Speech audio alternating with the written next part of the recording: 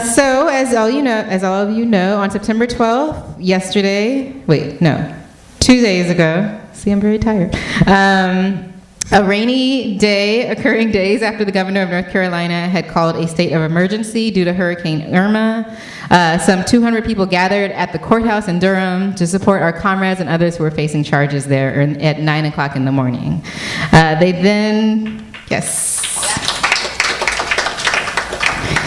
They then marched militantly through the streets to say no to white supremacy, declaring a victory at the site of the Confederate statue that crumpled like paper when our comrade Takia and Thompson and others brought it down on August 14th. And then they marched to a nearby park where folks danced, they sang, gave speeches, and they vowed to continue the fight. This was an incredible up for, not only Durham, but for the movement in general. It was incredibly beautiful and moving. It was energizing. It was like one of those real, my experience in Durham was one of those like life-changing, moving moments. So it was really wonderful. So I want to give a little bit of background before about the march and everything. It was my extreme honor to go to Durham and support the Durham branch's work in the aftermath of our comrades being arrested for taking down the Confederate statue on August 14th. When I arrived, several of our comrades were facing the court date on September 12th, which is what the march was organized around. The day after I arrived, which was August 27th, I believe, we received word that two other comrades had received warrants out for their arrest. And so the sheriff in Durham had just been, going on this real witch hunt, around every other day for the 2.5 weeks that I was there. They would, two more warrants would be issued, here and there, in relation to the court date, and then also, to the statue being pulled down, and then also in relation to a anti-Klan rally that was held a few days later. So every few days we would organize and figure out jail solidarity for the people that were turning themselves in, and people showed up every single time to the courthouse to support the people who were turning themselves in and expressing their solidarity.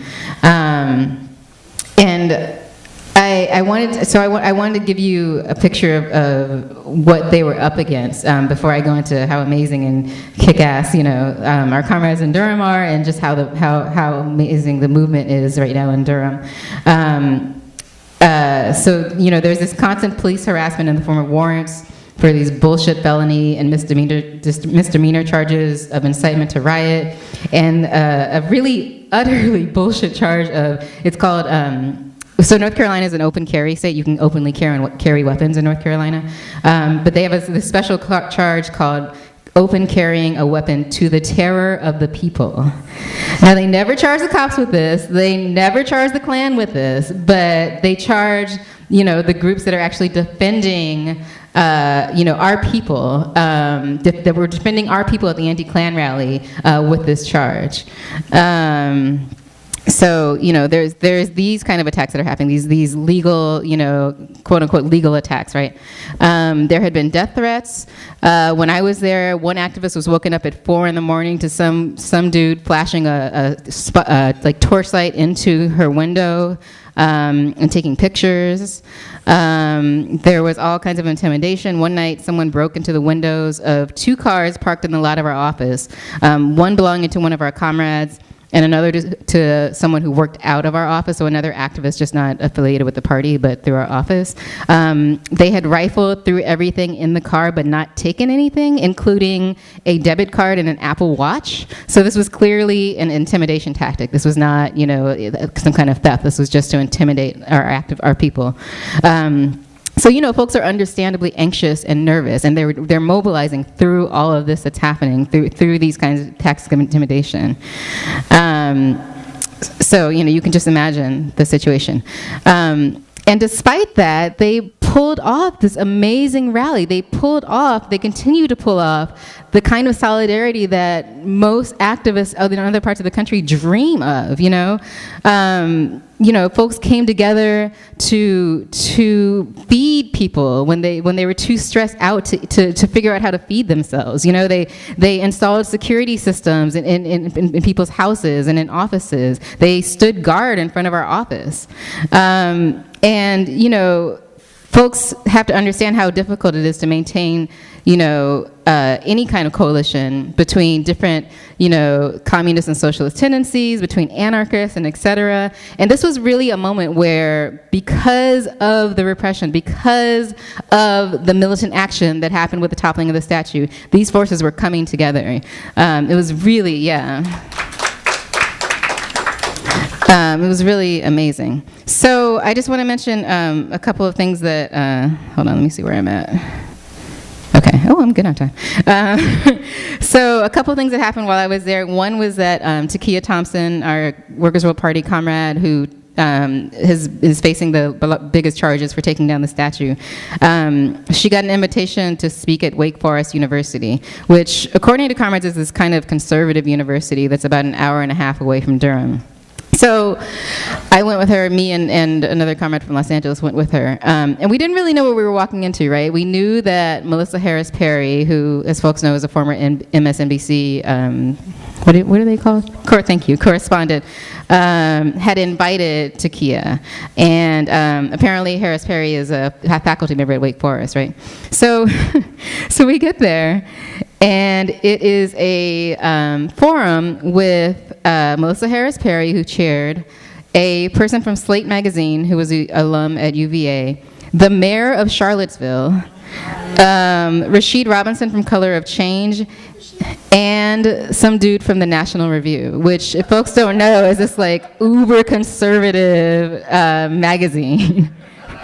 So we're like, whoa, okay, And Takia, who folks should know, is 22, but is so sharp and really just a great organizer. She held her own in this event that was politically kind of middle of the road to, this conservative guy kept on, trying to talk about how, some people don't understand what the Confederate flag means, and, it means different things to different people, and blah, blah, blah.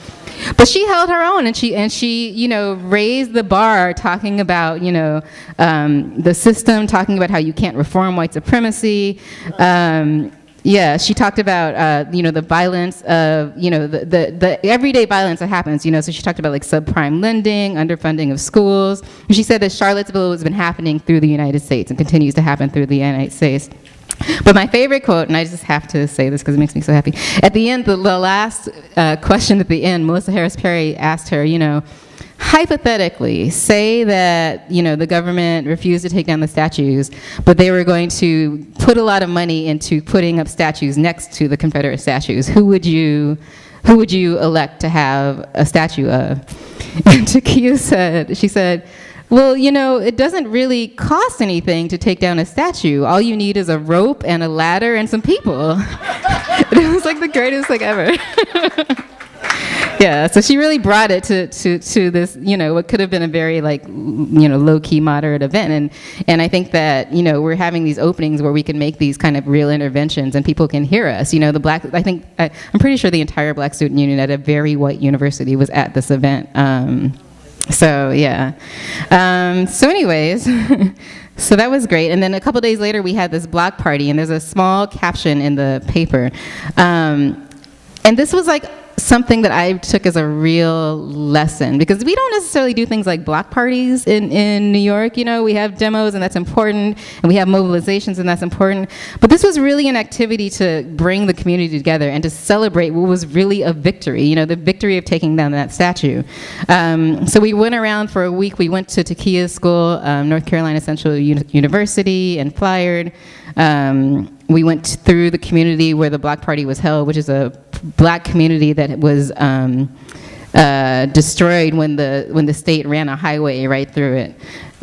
So we brought them together, and it was just really an amazing thing where people came together and they ate food and they danced and they played on hula hoops and chalk, but then they also got to listen to political speeches and talk about the struggle and talk about what was happening in the communities.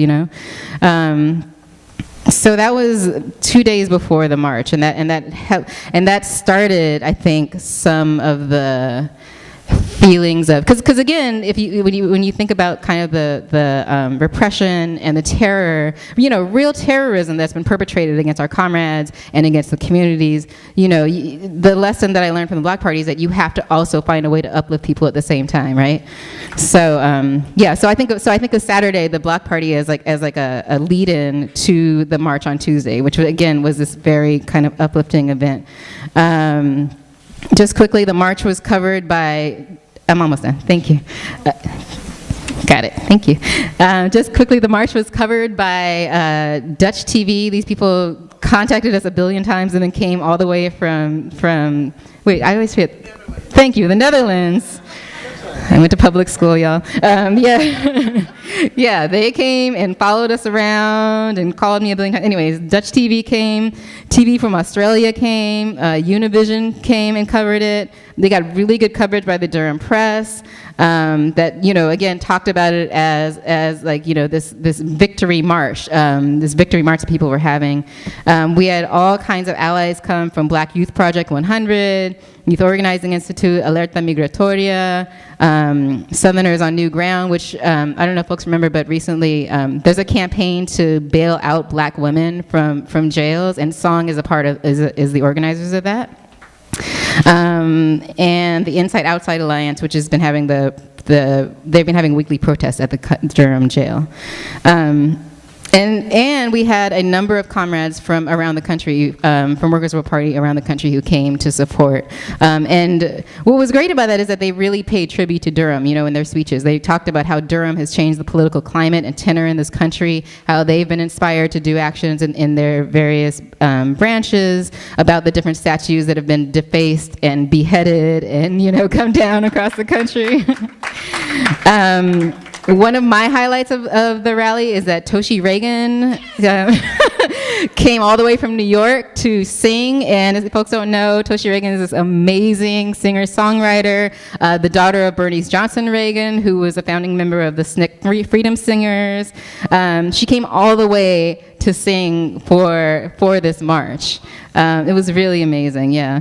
So I want to close with Takia's actually Takia spoke a few times at the march, but this really uplifting moment that that she said during the march. She said, people have been asking me how I feel all day, she said.